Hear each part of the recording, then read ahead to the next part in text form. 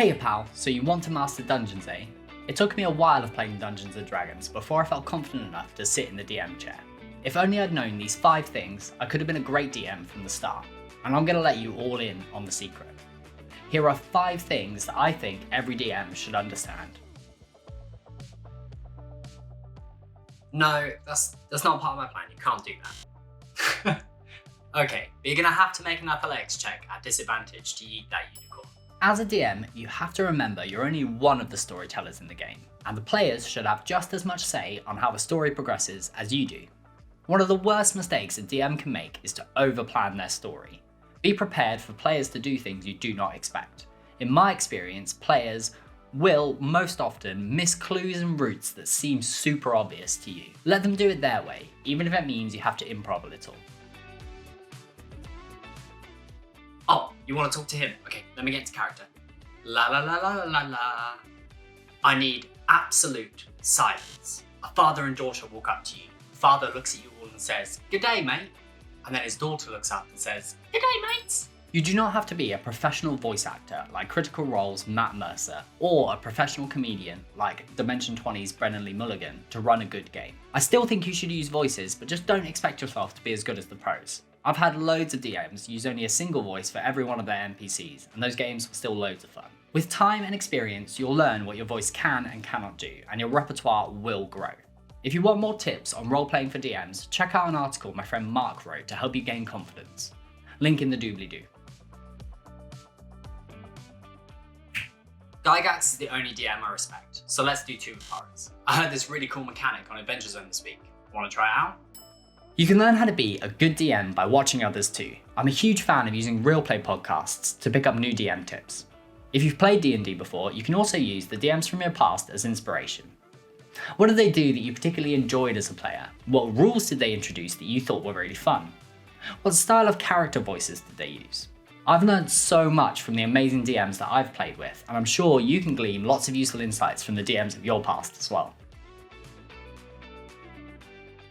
Listen, I'm really sorry we can't play again this week. I'm so close to finishing all the backstories of the civilians in West Precinct, and then it's only south and east to go.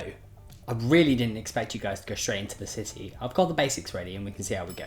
As a DM, you have to respect the amount of time you have to put into the hobby and adjust your preparation to match your schedule. You can easily run a weekly game with just an hour or less of prep. The online community for Dungeons & Dragons is huge and super welcoming. There's loads of content for you to use for your games.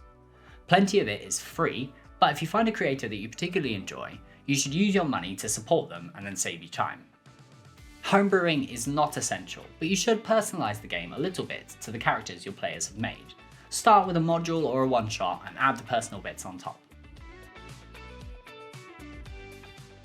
I need to fit some combat into today's session, or the party aren't going to do any rolls.